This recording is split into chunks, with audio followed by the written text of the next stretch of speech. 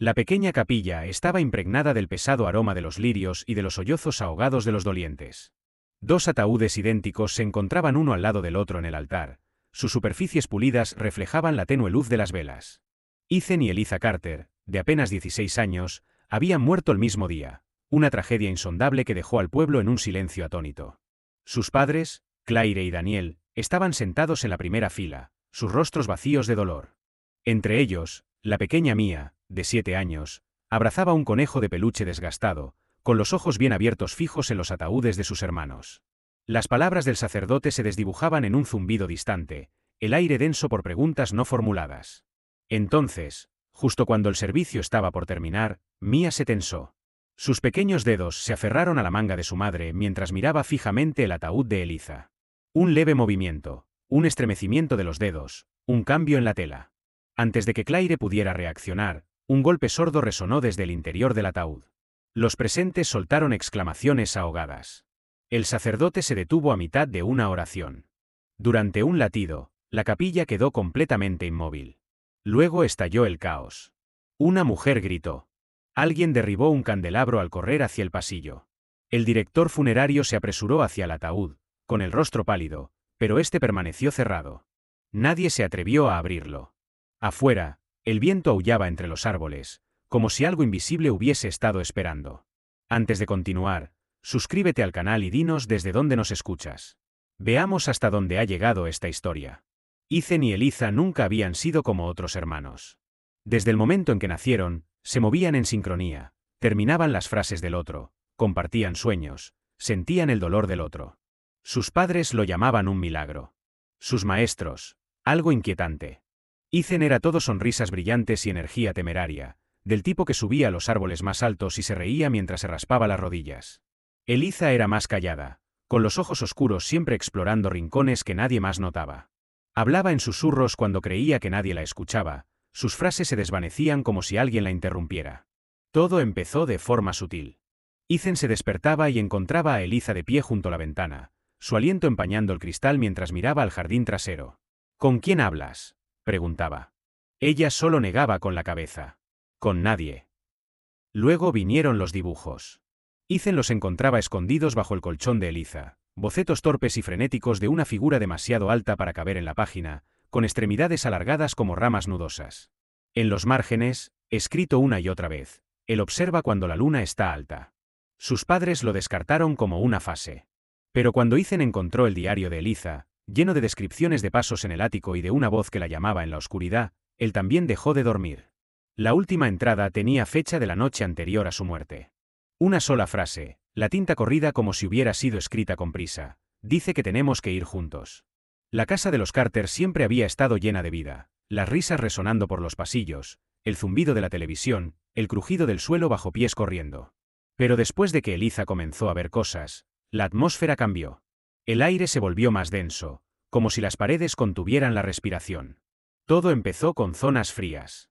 Claire entraba a la cocina y de repente se estremecía, con el aliento visible en el aire a pesar del calor del verano.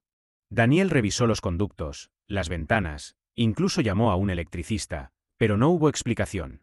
Luego vinieron las luces parpadeantes, no un fallo común, sino un parpadeo rítmico y deliberado, como si algo probara los límites entre lo visible y lo invisible. Una noche, Ethan se despertó por susurros. Lo siguió hasta la habitación de Eliza, donde ella estaba inmóvil en el centro, de espaldas, murmurando al espacio vacío frente a ella. Cuando le tocó el hombro, ella se giró de golpe, con los ojos abiertos y vidriosos. Él está aquí, dijo, antes de desmayarse en sus brazos. A la mañana siguiente, Eliza ya no estaba. Sin nota, sin signos de lucha, solo su cama perfectamente hecha, como si jamás hubiera dormido en ella. Una búsqueda desesperada los llevó al bosque detrás de la casa, donde la encontraron 3 horas después, descalza y temblando, con el camisón manchado de barro. No recordaba haber salido, solo una vaga sensación de haber sido guiada. Días después, Ethan encontró un recorte de periódico escondido bajo su almohada. Un artículo amarillento de 1987 sobre una niña llamada Hannah que desapareció después de contarle a sus padres sobre el hombre sin rostro que le susurraba desde los árboles. La última línea le heló la sangre. El cuerpo de Hannah fue encontrado una semana después, acurrucado al pie de un roble, su rostro congelado en una expresión de terror. La noche que Eliza murió, la casa estaba en silencio. No la calma del sueño, sino el silencio espeso y sofocante que precede a una tormenta. Claire revisó a los gemelos antes de acostarse, besó la frente de Ethan mientras Eliza yacía rígida bajo las cobijas, con los ojos abiertos y sin parpadear. «Intenta dormir», susurró Claire, pero Eliza no respondió. A las 3:17 de la madrugada, un grito rasgó la oscuridad. Daniel fue el primero en llegar a la habitación de Eliza. La puerta estaba cerrada con llave. Cuando finalmente la derribó, ya era tarde. Eliza yacía en el suelo, su cuerpo retorcido, los dedos arañando su propia garganta como si algo la estrangulara desde dentro.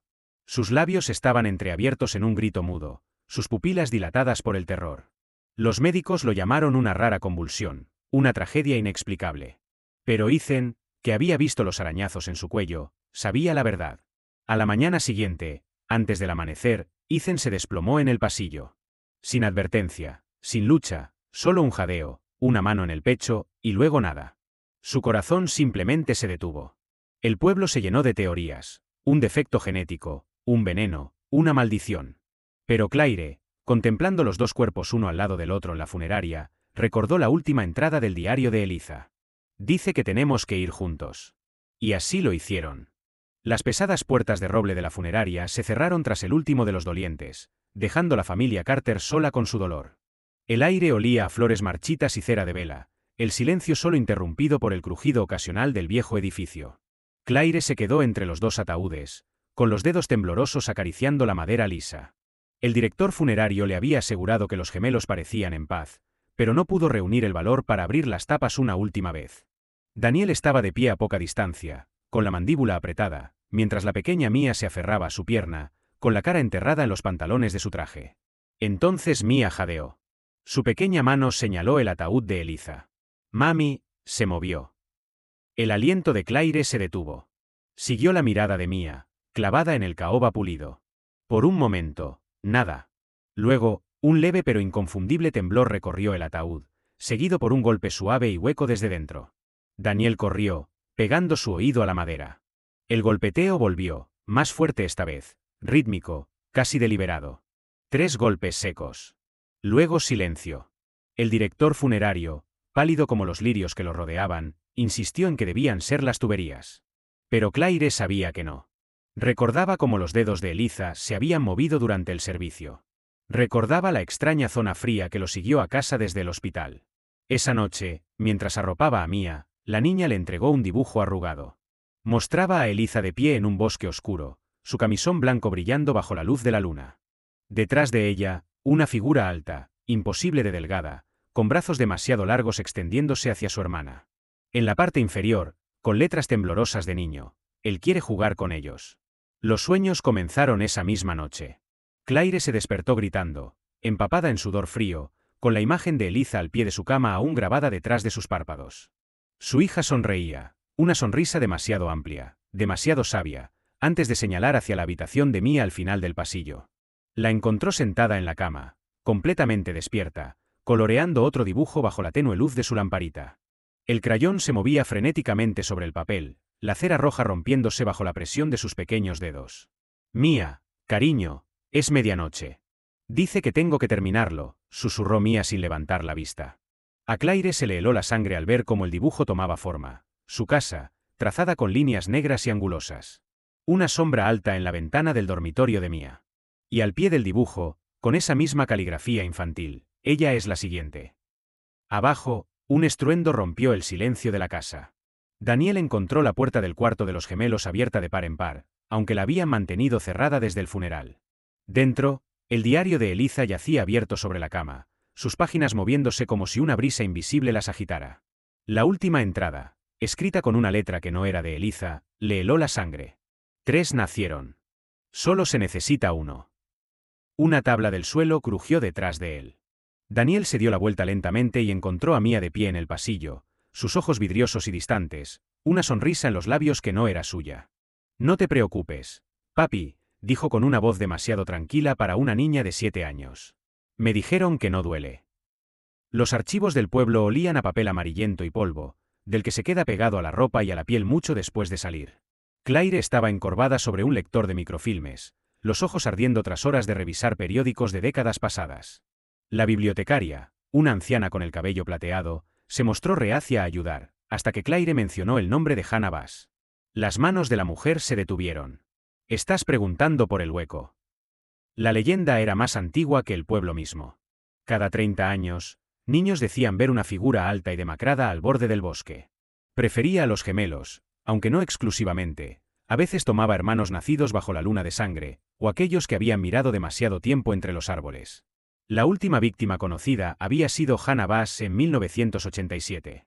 Su cuerpo fue hallado acurrucado bajo el viejo roble cerca del arroyo Black Creek, su rostro congelado en un grito silencioso. El forense lo calificó como una convulsión, pero la gente del pueblo sabía la verdad.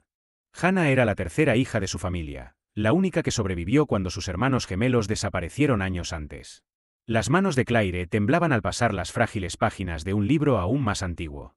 Allí, en tinta desvanecida, había una lista de nombres, todos niños, todos muertos con pocos días de diferencia, todos con los mismos detalles inquietantes, habitaciones cerradas con llave, arañazos inexplicables, y en algunos casos, testigos que juraban que las víctimas hablaban con alguien invisible momentos antes de morir.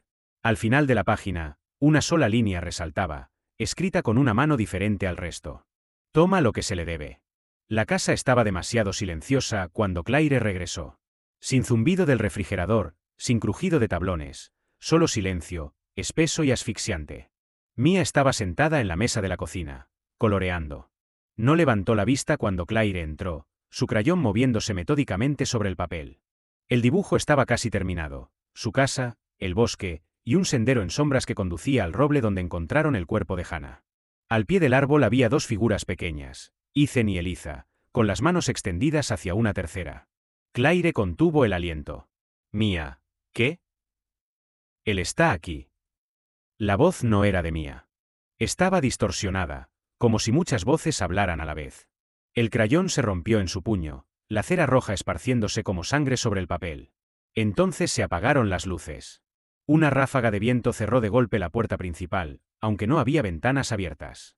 Desde el piso de arriba vino el sonido de algo pesado siendo arrastrado, la puerta del cuarto de los gemelos, raspando contra el suelo. Daniel gritó desde el pasillo, su voz cargada de pánico. Claire. El diario. Ella corrió. El diario yacía abierto sobre su cama, las páginas agitándose con fuerza a pesar del aire inmóvil. Palabras comenzaron a formarse sobre el papel, la tinta expandiéndose como una herida. Medianoche. El rol. Abajo, Mia comenzó a reír. La temperatura cayó en picado. Escarcha se extendió como telaraña por los espejos. Y desde las sombras al final del pasillo, algo alto e imposible de delgado emergió de la oscuridad, sus dedos alargados rozando el techo. Había esperado lo suficiente. El bosque los devoró por completo. El haz de la linterna de Claire cortaba la oscuridad opresiva mientras ella y Daniel tropezaban entre raíces torcidas, Mia apretada entre ellos. La niña no había hablado desde que huyeron de la casa, su cuerpo pequeño rígido, sus ojos fijos en algún punto invisible más adelante. La orden final del diario latía en la mente de Claire como un segundo corazón. Medianoche. El roble. Tráela. El árbol ancestral surgió de repente ante ellos, sus ramas nudosas arañando el cielo bañado por la luna. A sus pies, dos figuras pequeñas estaban inmóviles, Ethan y Eliza, sus formas translúcidas, sus rostros inquietantemente serenos. No hablaron, pero sus voces susurraron entre las hojas. Tienes que elegir. Una rama crujió detrás de ellos. El hueco emergió de las sombras, una pesadilla hecha forma. Sus extremidades alargadas se doblaban en ángulos imposibles mientras avanzaba, su rostro vacío girándose hacia Mia. El aire se espesó con el olor de tierra húmeda y algo metálico, como sangre antigua. Claire dio un paso adelante, su voz áspera. Llévame a mí. La cosa se detuvo. Por primera vez, pareció considerar. Entonces Mia habló, no con su voz, sino con tonos superpuestos, de algo mucho más antiguo. No hay trueques. Solo la tercera. Daniel se lanzó hacia ella, pero las sombras se alzaron como tentáculos vivos, sujetándolo contra el suelo. Claire gritó mientras los dedos blancos como huesos del hueco se estiraban hacia su hija. Solo para que Eliza se interpusiera entre ellos. Nos iremos, dijeron los gemelos al unísono. Pero a ella la dejas. Para siempre. Un latido de silencio. Luego, lentamente, el hueco asintió. El mundo quedó en calma. Ethan y Eliza se giraron una última vez, sus rostros ya no asustados, sino en paz. Las manos esqueléticas del hueco se cerraron sobre las suyas, y por un instante, las tres figuras estuvieron entrelazadas, hermano, hermana y sombra. Y luego desaparecieron. El bosque exhaló. El peso opresivo se disipó. En la distancia, un búho ululó, el primer sonido normal que Claire había oído en semanas. Mia se desplomó en sus brazos, sollozando. Dijeron que te dijera que está bien, logró decir. Dijeron que te quieren. Sobre ellos, las ramas del roble temblaron, aunque no soplaba viento. El pueblo nunca encontró los cuerpos. Claire dijo a la policía que salieron a caminar para sobrellevar el duelo, que se perdieron en la oscuridad. Nadie preguntó por qué iban descalzos, ni por qué los pies de Mia estaban manchados de barro del arroyo. El informe oficial listó a los gemelos como desaparecidos, presuntamente fallecidos. La vida siguió, como siempre lo hace. Mia volvió a dibujar, no monstruos, sino praderas soleadas y muñecos de palitos tomados de la mano. Daniel dejó de sobresaltarse con cada crujido en la casa. Claire plantó No me olvides bajo el viejo roble, aunque nunca se quedó más allá del anochecer. Pero a veces, cuando la luna está alta, el columpio del porche se balancea suavemente, aunque nadie se siente allí. La luz nocturna de Mia parpadea, solo una vez, en un patrón que casi parece código Morse. Y en las mañanas particularmente silenciosas, Claire encuentra dos pares de pequeñas huellas embarradas que van desde el borde del bosque hasta la puerta trasera, siempre desapareciendo antes de llegar a la casa. Nunca las limpia. No olvides suscribirte y dejar un like, significa mucho para nosotros.